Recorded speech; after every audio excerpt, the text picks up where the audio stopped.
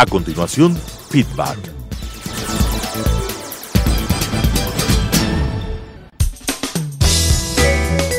Clasificación B, bajo supervisión de un adulto.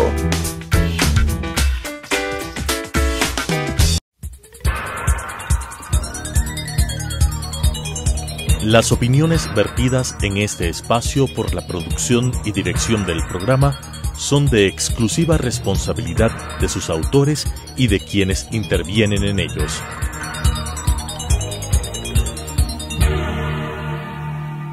Telesucesos Canal 29 UHF presenta Feedback, un espacio de encuentro con diversas voces que abordarán lo relativo a un derecho fundamental, la comunicación, con la conducción de Juan Pablo Sáenz Mena y Cruzcaya Rojas. Feedback. ¿Qué rol juegan las mujeres en los medios de comunicación? ¿Las cosifican a las mujeres los medios de comunicación? ¿Tienen las mujeres roles de decisión reales en estos medios? Esto es Feedback, les damos la bienvenida. Este es un espacio de libre intercambio de ideas, donde a través de entrevistas, debates, preguntas y ejemplos iremos desentrañando dónde están los derechos de la comunicación en la sociedad. Siguiendo con nuestra temática de la semana anterior, vamos a continuar con el tema del rol de las mujeres en los medios de comunicación, para lo cual hemos preparado la siguiente entrevista.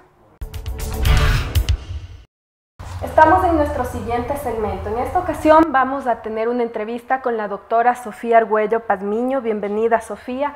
Sofía es doctora en Sociología por el Colegio de México, profesora e investigadora del Departamento de Sociología y Estudios de Género de la Facultad Latinoamericana de Ciencias Sociales. Sofía, los medios de comunicación son armas poderosas, instrumentos poderosos para modelar conductas, para influir en los criterios, en los conocimientos que se tienen en sociedad. Sin embargo, los medios de comunicación también, con honrosas excepciones evidentemente, también cumplen un rol fundamental al momento de generar esta imagen de la mujer, esta imagen, ¿no es cierto?, en la que la mujer solamente es un instrumento, es una cosa, se la cosifica, pero más no se rescata su intelecto. ¿Cómo ves esto, Sofía? Bueno, buenos días, Cruzcaya, por la invitación y buenos días con todos los televidentes. La pregunta que tú estás planteando creo que es un tema de opinión pública con mucha más fuerza en los últimos meses, con toda la proliferación de eventos en torno al abuso sexual, a la violencia de las mujeres, y creo que es importante como rescatar y preguntarnos cuáles son las representaciones que los medios de comunicación tienen de la mujer. Y tú has tomado una palabra importante que es el tema de la cosificación, porque en este sentido las mujeres se vuelven un sujeto-objeto, es decir, se vuelven, yo me atrevería a decir, una mercancía de ciertos medios de comunicación que comienzan a tener rating a partir de esta cosificación de los cuerpos y de las representaciones identitarias de las mujeres. Y eso creo que hay que problematizar constantemente, porque no hay un tratamiento integral o un tratamiento de la complejidad que significa manejar cierto tipo de temas dentro de los medios de comunicación, tanto en términos noticiosos, en términos de los temas que están planteados en la opinión pública, como por ejemplo también en los temas de la publicidad. Entonces hay esta relación entre mujer, objeto, mercancía, que creo que es el papel de los medios de comunicación, ir desmitificando esta posición de las mujeres dentro de la palestra de los medios. ¿Cómo influye eso en la sociedad, el que se la represente a la mujer como un objeto, como una mercancía, con fines obviamente publicitarios, fines rentables?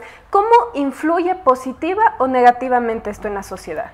Bueno, en términos negativos lo que pasa es que los medios de comunicación con esta representación cosificada de la mujer lo que hace es naturalizar cierto tipo de comportamientos perversos en la posición de las mujeres en la sociedad. Por ejemplo, se comienza a naturalizar la violencia. Yo en los últimos días, por ejemplo, he estado haciendo un seguimiento constante a estos programas de farándula, en donde se presentan casos de violencia intrafamiliar. Y lo que se hace es, por ejemplo, decir, vamos a tener el punto de vista del hombre que ha violentado. Y el hombre que violenta lo que dice es, yo también he sido víctima de violencia. Y lo que pasa es que ese mensaje llega al público y se comienzan a naturalizar esas relaciones de desigualdad que vivimos todos los días constantemente las mujeres y que forman parte de estructuras de dominación que lo que hace es poner a la mujer en posiciones desiguales, subordinadas. Y esto, por ejemplo, los niños, al ir viendo todas estas prácticas, ¿no es cierto?, al ir viendo todos estos ejemplos, ¿cómo se va produciendo ese cambio de criterios y la adopción de esta ideología, ¿no es cierto?, esta ideología basada en una matriz patriarcal? ¿Cómo van cambiando estos criterios los niños, por ejemplo? Bueno, yo creo que también hay que tomar ahí en cuenta el tema de cómo en los hogares, en las familias, en las escuelas, se van canalizando qué tipo de información los niños y niñas adolescentes receptan de los medios de comunicación. Por ejemplo, otro tema que es fundamental que hay que, por ejemplo, topar es el tema de los mensajes a través de las redes sociales. Entonces tú ves, el YouTube se ha vuelto una herramienta poderosísima que también va canalizando las formas en que los niños, niñas y adolescentes producen sus imaginarios y representaciones del mundo social. Entonces, claro, esto de, por ejemplo, estos nuevos adjetivos de el youtuber o la youtuber. Entonces, cuando uno va rastreando qué es lo que están viendo sus hijos, uno puede irse dando cuenta qué mensajes están recibiendo los niños, niñas y adolescentes, y creo que eso es como también un tema fundamental. Ahora, por ejemplo, yo como profesora tengo varias alumnas y alumnos que en la maestría de comunicación social, por ejemplo, están haciendo análisis del discurso de algunos programas y de algunos espacios comunicacionales en relación a las representaciones del género, y uno puede ver que los resultados y los hallazgos lo que hacen es presentar esta forma que te digo de naturalizar las relaciones entre los géneros, naturalizar la violencia y naturalizar los estereotipos. Ponme un ejemplo respecto a cómo se van naturalizando estereotipos en los contenidos que emiten los medios de comunicación.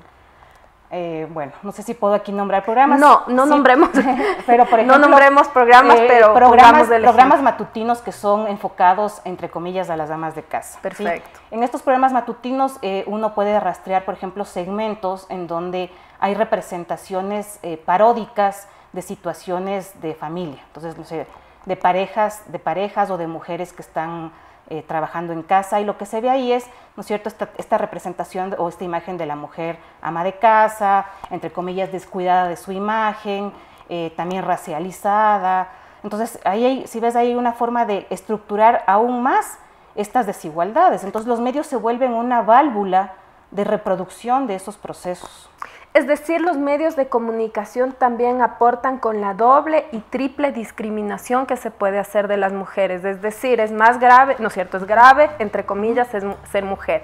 Más grave todavía si eres mujer y pobre. Más grave si eres mujer, pobre e indígena. Más grave si eres mujer, pobre, indígena y tienes algún tipo de discapacidad. Sí. Y, es decir, los medios de comunicación refuerzan esto. Sí, esto es súper importante lo que tú dices, porque los medios de comunicación refuerzan todo tipo de articulaciones de escalada de desigualdad. Entonces, no solamente es el tema de la representación de las mujeres, sino también la representación étnica, las representaciones de las posiciones de clase de los sujetos, y eso uno puede ir rastreando constantemente, no solo en los programas de televisión. Tú revisas, por ejemplo, los periódicos y ves las caricaturas. Cuando hay ciertos temas candentes en torno a algún caso particular, las caricaturas también demuestran mucho esos estereotipos. También programas radiales, todo esto, por ejemplo, estos programas radiales que comienzan a contar cada día, o sea, un día viernes, los cachos, y en esos cachos y chistes lo que uno Nos reímos de las mujeres. Sí, es reproducir y reírse de las prácticas machistas y de las prácticas discriminatorias. Sofía, ante este panorama, ¿qué se debería hacer? Por ejemplo, ¿qué deberíamos hacer, ¿no es cierto?, desde el Estado? ¿Qué deberíamos hacer desde los medios de comunicación? ¿Qué deberíamos hacer desde la academia? Bueno, yo creo que el Estado ha tratado de hacer algún cierto tipo de regulación con el tema de la ley de comunicación, pero eso no te garantiza. No es suficiente. No es suficiente, ¿no? Porque también, claro, los actores sociales van a apelar al tema de la libertad de expresión. Entonces, la libertad de expresión puede ser un paraguas para permitir cualquier tipo de reproducción de desigualdades, de estigmas, de discriminación. Entonces, creo que efectivamente hay un papel del Estado. También hay un papel de los medios de comunicación comprometidos. No porque les obligue la ley. Sí, no porque les obligue la ley. Así y uno sí puede ver, por ejemplo, en algunos programas noticiosos que son comunitarios. Uno puede ahí también ver que sí hay una apertura de cierto tipo de canales y sobre todo periodistas que tienen también esta posición ética de ir rompiendo con esos esquemas discriminatorios. Y obviamente también está cómo nosotros como consumidores de los medios captamos los mensajes y procesamos esos mensajes. Yo creo que ahí es lo más complicado, porque efectivamente la sociedad es heterogénea, no todos tienen la capacidad de poder discernir y reflexionar qué es lo que es, entre comillas, bueno y malo de los mensajes que están recibiendo. Entonces, claro, uno también dice, estos programas se mantienen o estos enfoques se mantienen porque hay receptores a quienes les gusta recibir ese tipo de mensajes. Eso no quiere decir que sea malo, sino que la sociedad está funcionando de esa manera.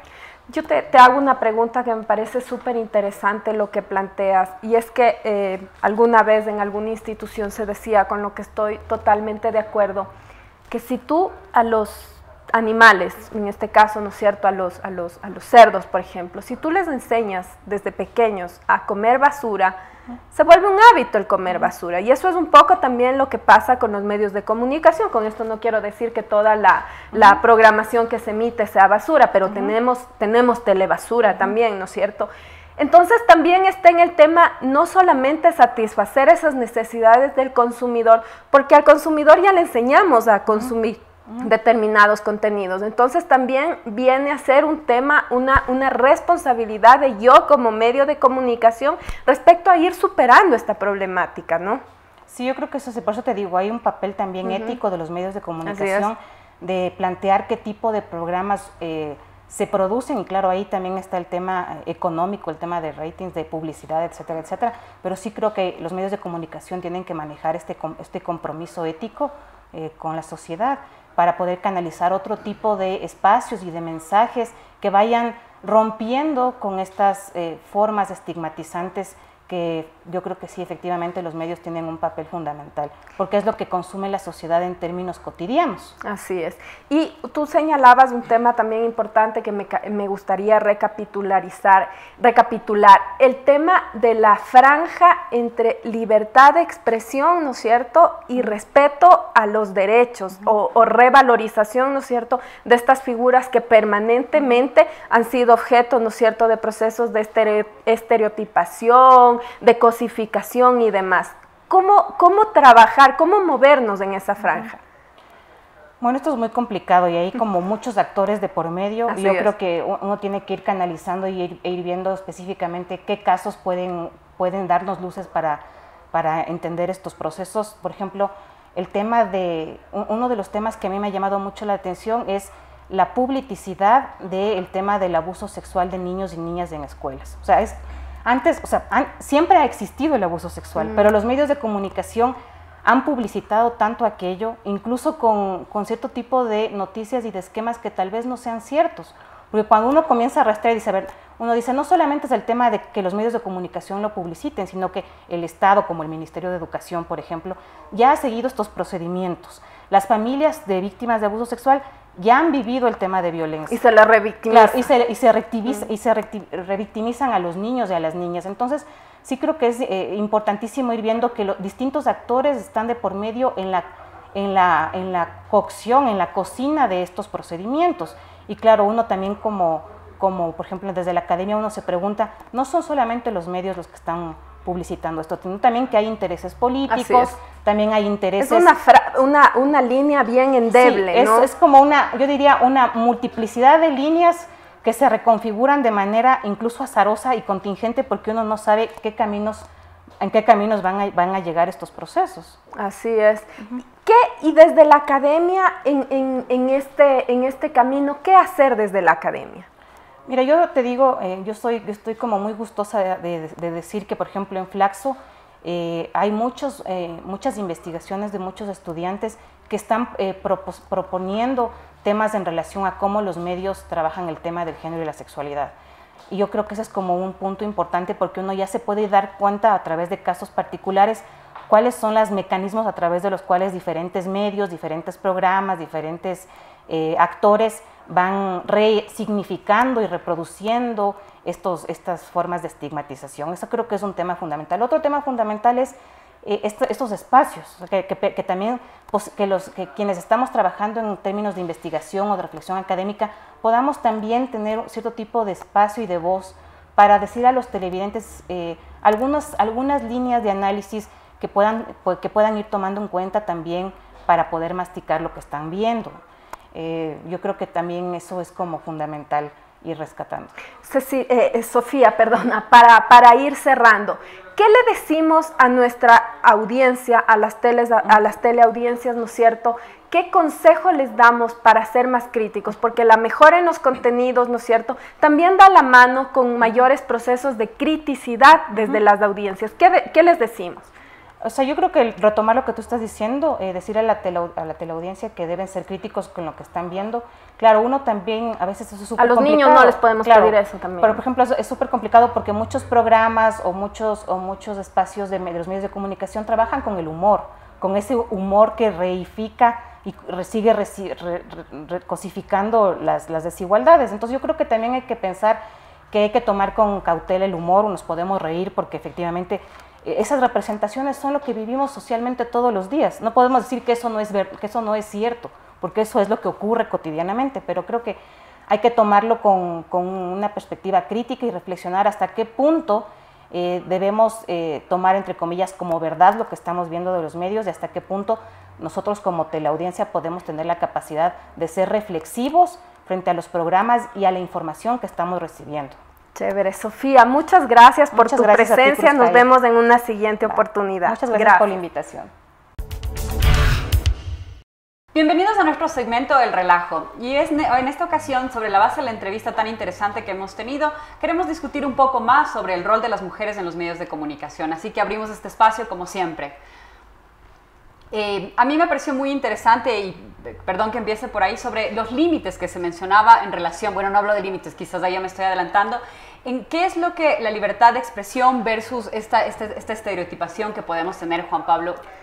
Claro, efectivamente la libertad de expresión tiene unos límites, pero son unos límites que deben estar perfectamente determinados y son unos límites que están perfectamente determinados. De hecho, cuando tú haces un análisis para ver si hay una limitación en la libertad de expresión, tú tienes que hacer lo que se llama la prueba tripartita, ¿verdad? Tienes que ver si es que en realidad estaba escrito, si es que en realidad esto está buscando defender un derecho, si es que era una consideración preexistente, porque es muy peligroso en una sociedad también que exista apertura para hablar esto de límites a la libertad de expresión, que es un derecho importantísimo.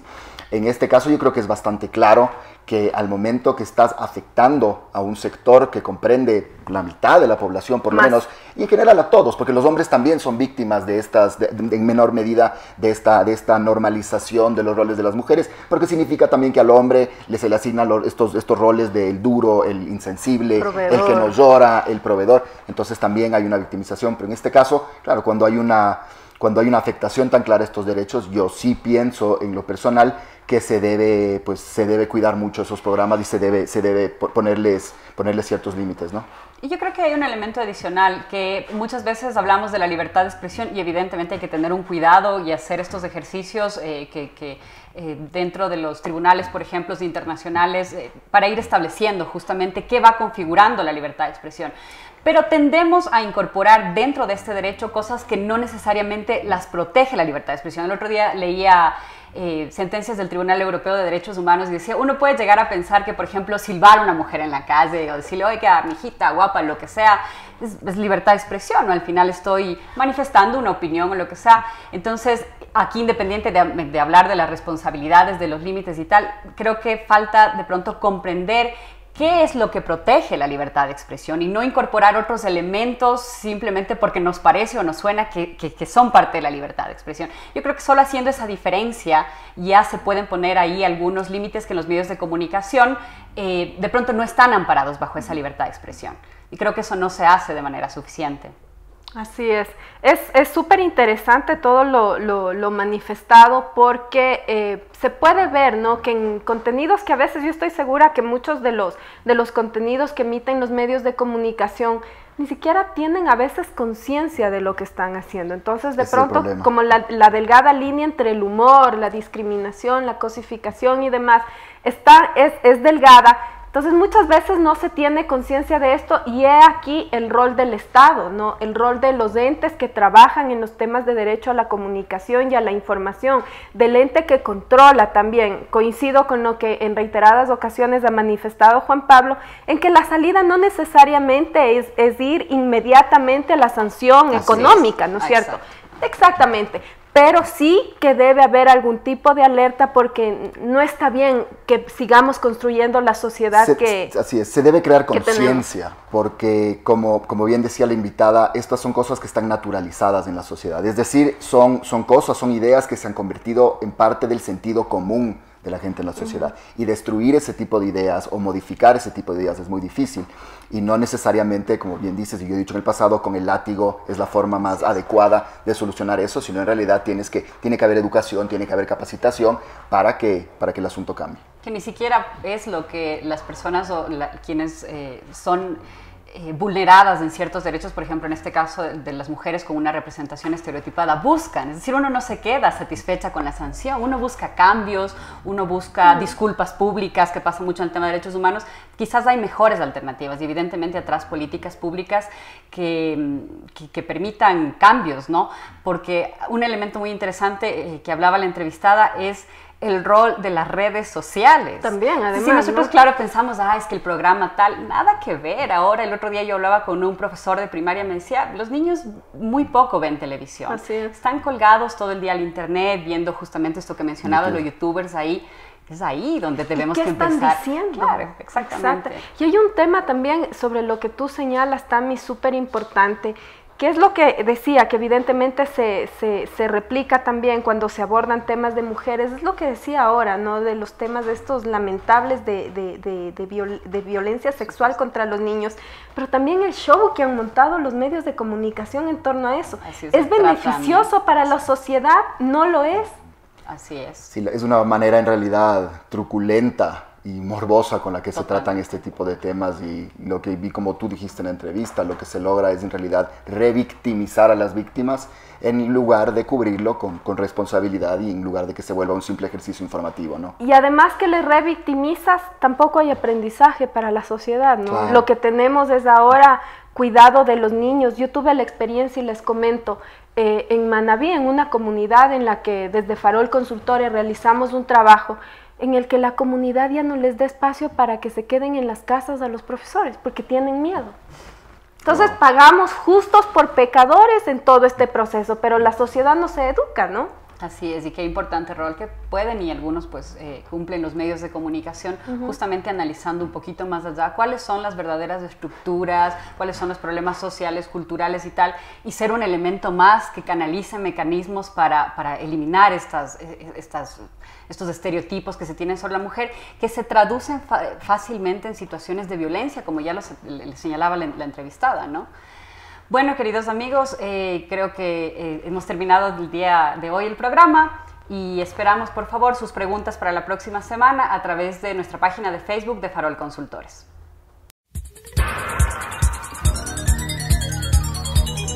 Las opiniones vertidas en este espacio por la producción y dirección del programa son de exclusiva responsabilidad de sus autores y de quienes intervienen en ellos.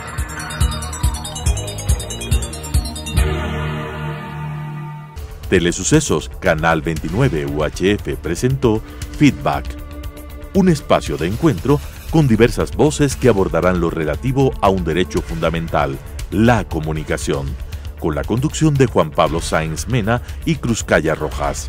Feedback,